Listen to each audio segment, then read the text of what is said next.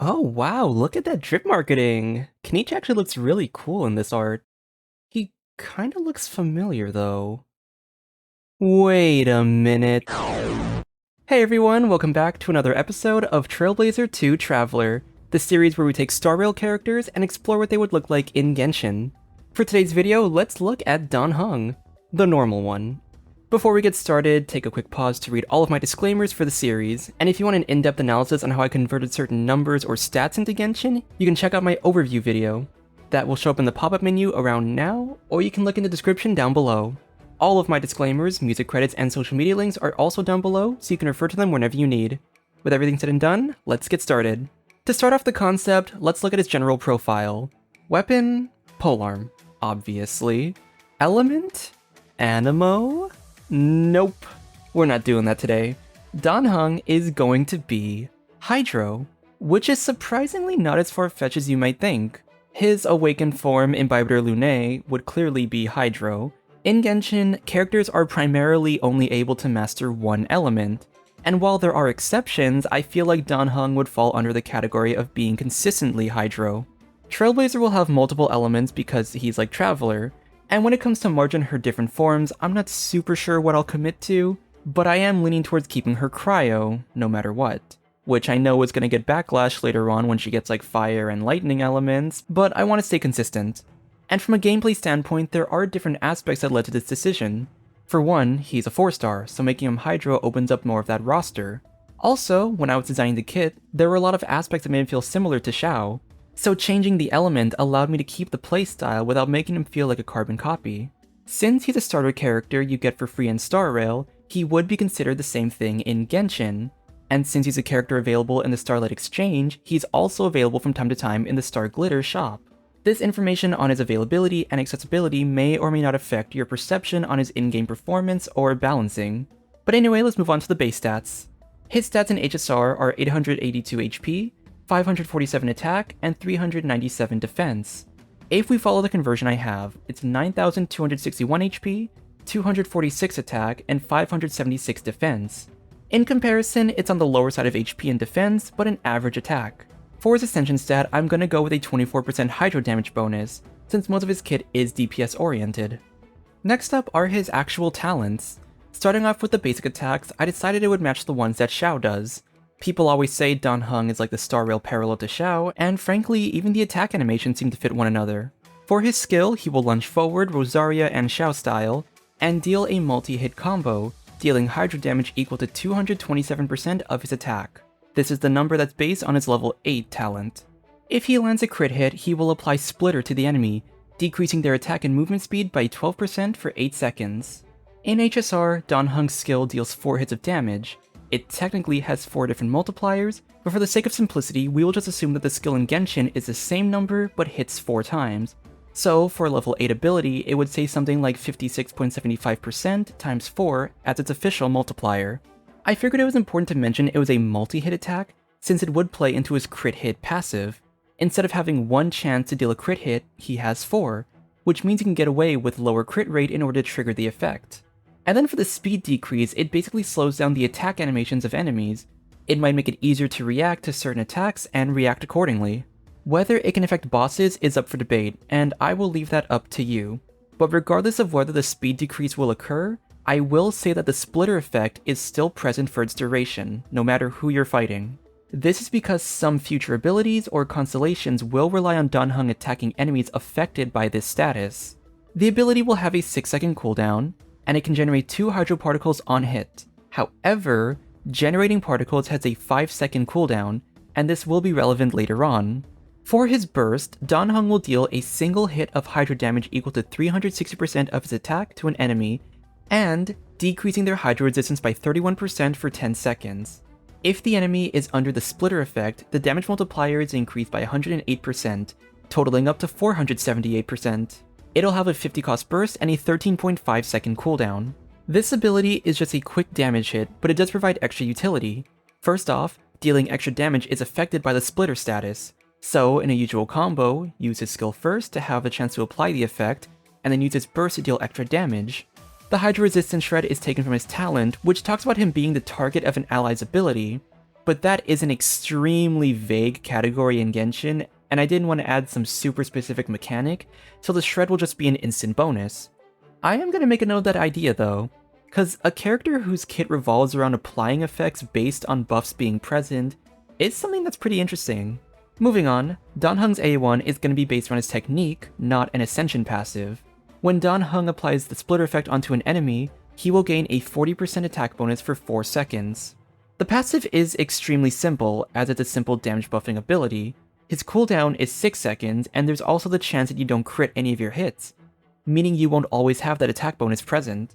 His A4 is going to be based around his A6 trace, where basic attack damage is increased by 40% against slowed enemies. When translating that, it makes him feel like more of an on-fielder. The Genshin version will be this. All basic attacks deal 40% more damage to enemies affected by Splitter. After casting his skill, his basic attacks will also deal layered hydro damage equal to 70% of each hit's original damage. This lasts for 6 seconds and is still considered basic attack damage. Since he's probably going to be an on-fielder, I wanted to make sure his basic attacks weren't just physical damage. The passive works extremely like Navia's A1. Cast your skill, get a short infusion so that you can stay on-field to deal extra damage or apply extra hydro. His attacks will deal layered damage, which is similar to Fremene's skill.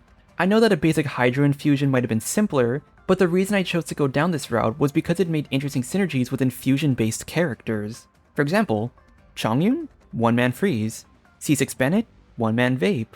And then Candace is a special case. She can provide Dan Heng with a hydro infusion so that his actual basic attacks deal hydro damage, while also giving him a normal attack buff to buff all of his autos. Right now, her buffs aren't super synergistic with anyone else. Either she grants a hydro infusion, which is mainly good for application, or she applies a normal attack bonus, but all the best normal attackers have their own infusions.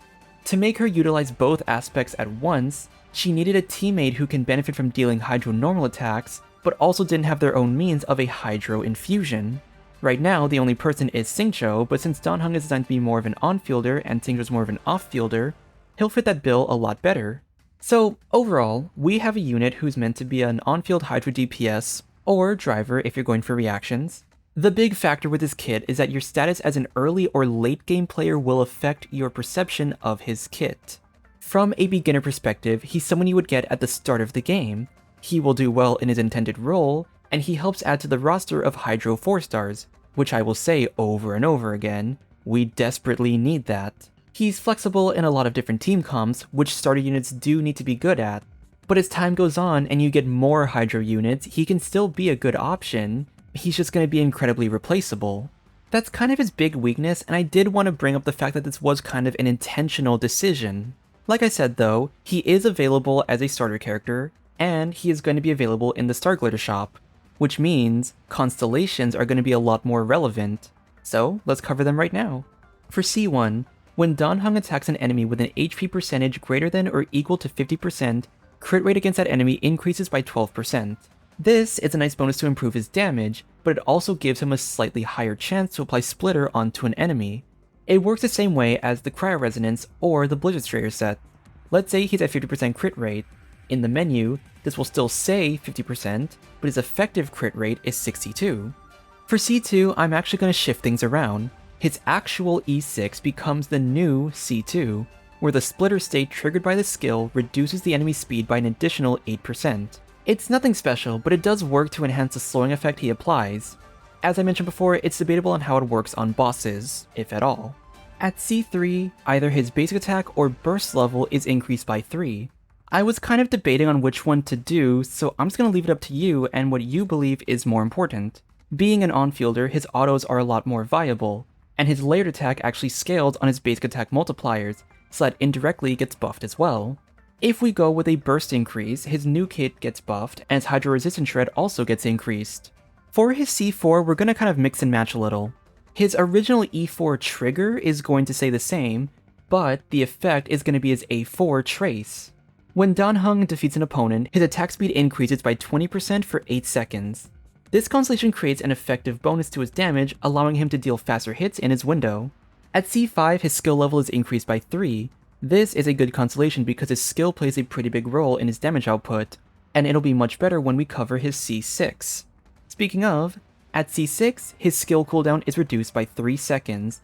And just to add a little bonus, crit damage is increased by 32% against opponents affected by Splitter. This is a constellation that has one of the simpler effects but with interesting bonuses. For example, Dan Heng's skill cooldown goes from 6 seconds to 3. This makes it a lot easier to change certain combos into his kit. Despite the fact that I said his attack animations would be like Xiao's, I'm gonna use Hu Tao to showcase the combo since Xiao's cooldown is 10 seconds. So pretend that Hu Tao's charge attacks are Dan Heng's skill hits. You cast your skill to apply Splitter, use his burst to apply the debuff and deal a burst hit, then start using his autos.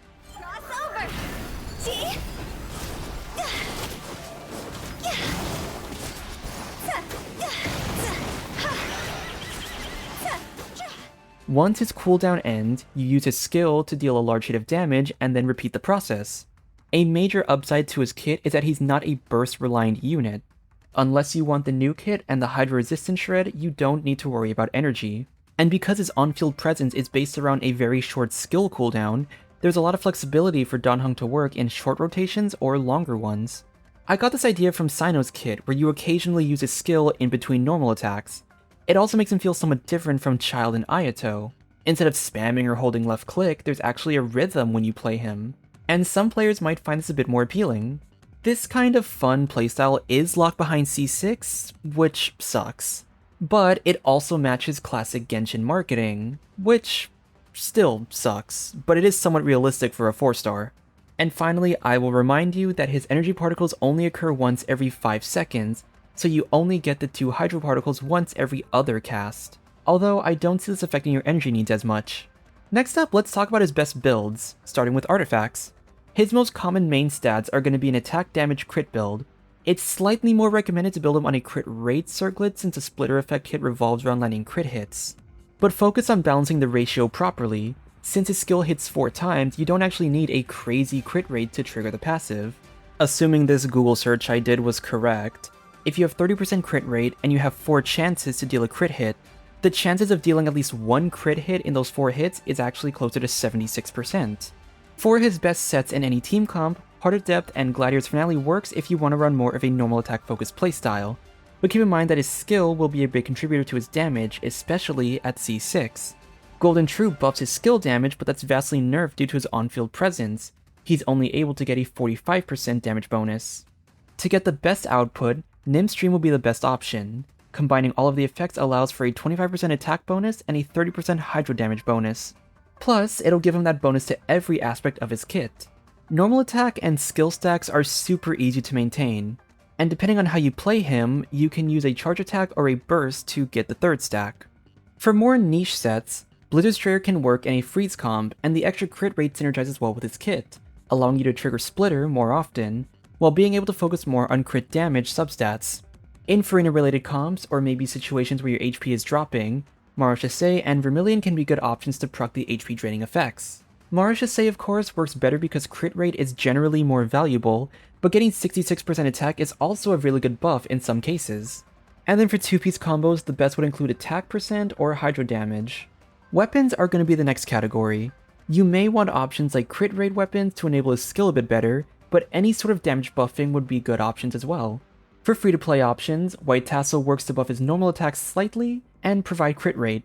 Royal Spear can also help you guarantee crit hits, since damaging opponents builds temporary crit rate. For premium 4-star options, Deathmatch is a good BP weapon to increase its attack and crit rate. Ballad of the Fjords can work too, but the EM bonus is less valuable to him unless you're in a reaction-based team. Lithic Spear is also good. Since he's a character from the Xianxiao, and the area is highly inspired from China, it can be safe to assume that Dan Heng would be a Liyue-based character. Therefore, he can proc at least 1 stack with this weapon. Then for 5-star options, Jade Spear and Calamity Queller work best in any scenario. If you bring a shielder for Vortex, then that will work very well. And if you find a way to get Dan Heng below 50% HP, Homa is also a good choice. For a quote-unquote signature set, I'll be using only Silence Remains. I know it's not super amazing on him, but it does have his face, so signature in my eyes.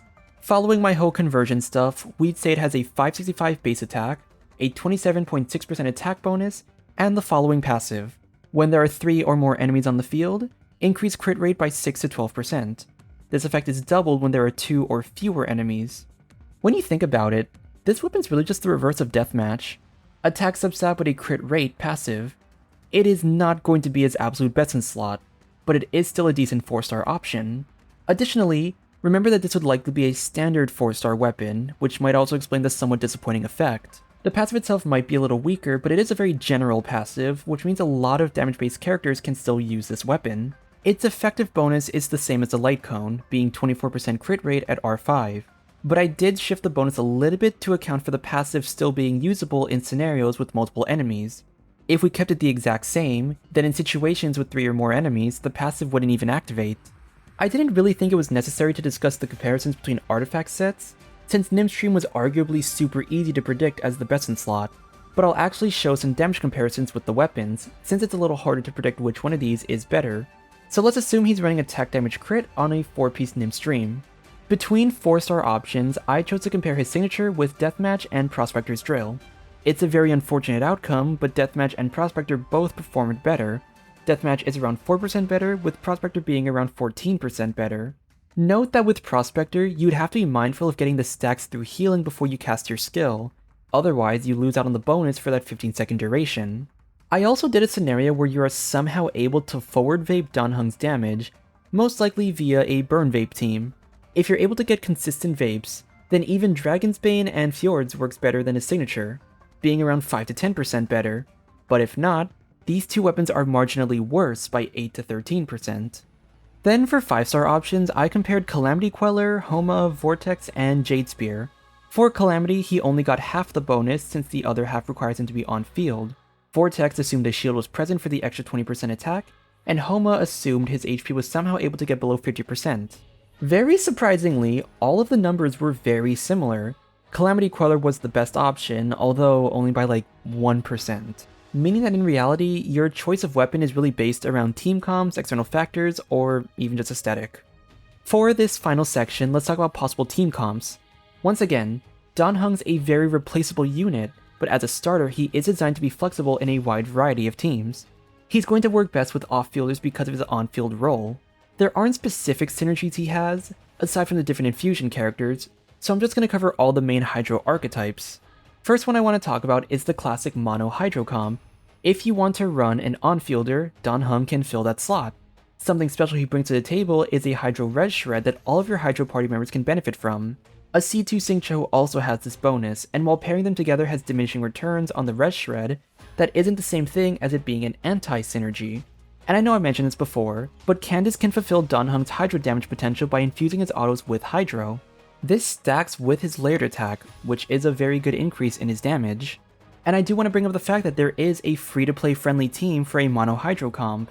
If you were to run Dan Heng as an on-fielder, Xingqiu as an off-field DPS, Barbara as a support and healer, and then Candace as an infuser and normal attack buffer. Next up is a freeze comp. While this archetype usually relies on a cryo DPS, there are likely creative teams where a Hydro on-fielder can be useful.